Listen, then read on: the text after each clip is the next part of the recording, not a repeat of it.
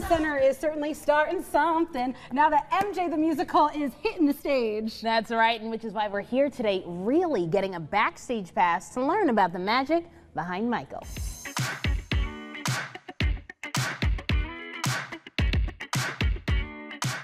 I could go on all day about what this role means to me. It truly is the most fun I've ever had on stage.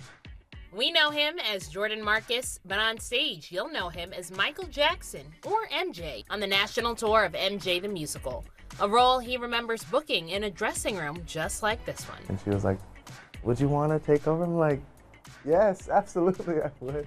That yes came with months of training to portray the King of Pop's voice, movements, and mannerisms. The studying is, I want to say, the biggest part of the role. I mean, thankfully we have so much material and so many videos and interviews that he's done in his lifetime that I can go back and reach out to and be like, okay, how would he say this?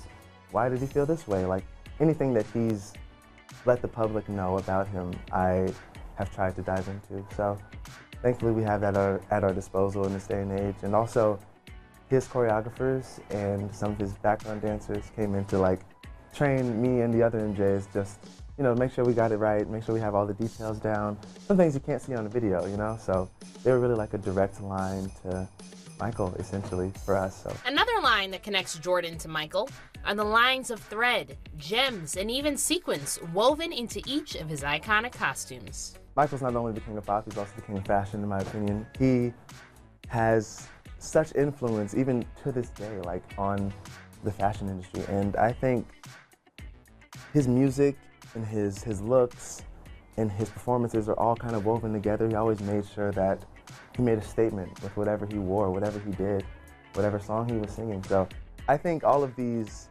invoke an emotion, and that's kind of what he wanted, which is super cool, because I mean, they're just pieces of clothing, but once you put them on, people are like, oh my God, I'm transported to that moment where I saw him wear this, or I remember this song or this era that he was in when he would dress in this way. So it's just really cool that, you know, some fabric can do that. Not only do these costumes shine on stage that enhance Michael's notable dance moves, but they require quick changes that are just as choreographed as the moonwalk. And that Wanna Be Starting Something number where he's like, jacket to jacket to jacket to jacket, those I think are the quickest changes we have, and they're happening on stage. So, and they're part of the choreography, like you said, like they're part of the song, and they have to go with the music, and if they don't, the rest is kind of messed up. So those are kind of nerve-wracking, but I think those are like, for instance, I don't know if I can step over here, but these, I want to say this jacket, this beaded jacket that we have, we start the number in and Want to Be Starting Something, and it goes into a velvet jacket that we don't have right here, but then the Grammy look, iconic, that we see when he's on top of the box, and then into the illustrious Thriller jacket everyone knows and loves. I mean, that's about 4 jackets in one song that we just have to whip on and off. Jordan and the rest of the cast may have multiple costume changes throughout the show, but one piece that stays the same is Jordan's shoes. They are the bread and butter of this show. Everything in this show comes through these, and even holding them now, I'm like, I shouldn't even be touching them right now. It's not showtime, but I have a special relationship with these shoes.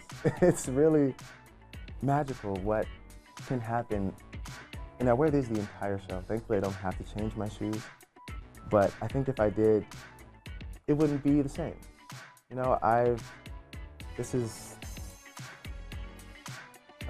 why am I getting emotional talking about shoes? These shoes have meant a lot to me throughout the course of this show. I mean, even in rehearsals, before I even started performing, I was in these, breaking them in. They were hurting my feet so bad, but I knew that everything in me has to go through my entire body, and that ends right here. And so these shoes, as you mentioned, the moonwalk, you know, all of our glides, our spins, everything, these shoes have brought me through it, and I can't thank you. Can't thank him enough. This show takes you from MJ's days with the Jackson 5 all the way to his creative process just prior to his Dangerous World Tour in 1992. Jordan tells us that he feels Michael with him on stage through it all. I do feel a spirit in the room in a way, not even through me, but just through the entire cast. I mean, Michael's whole message was to heal the world and preach love and unity, and I think we built such a community in that spirit that you can't help but feel it once you walk on stage and you see everybody smiling. We're all dancing, we're all working hard, sweating, breathing hard, but it's the most fun we're all having. That fun Jordan hopes the audience also can have during the show and moonwalk away with a new understanding behind the man in the mirror. He was a very well-rounded person like the rest of us. You know, he had good days, bad days. He had his moments where he felt lonely, he felt happy, he felt excited, he felt passion. We can all feel the things that he has felt even though we've never been Michael. Well, you can catch MJ the Musical at Wharton Center now through Sunday. You can buy your tickets online at whartoncenter.com/events. But don't go anywhere.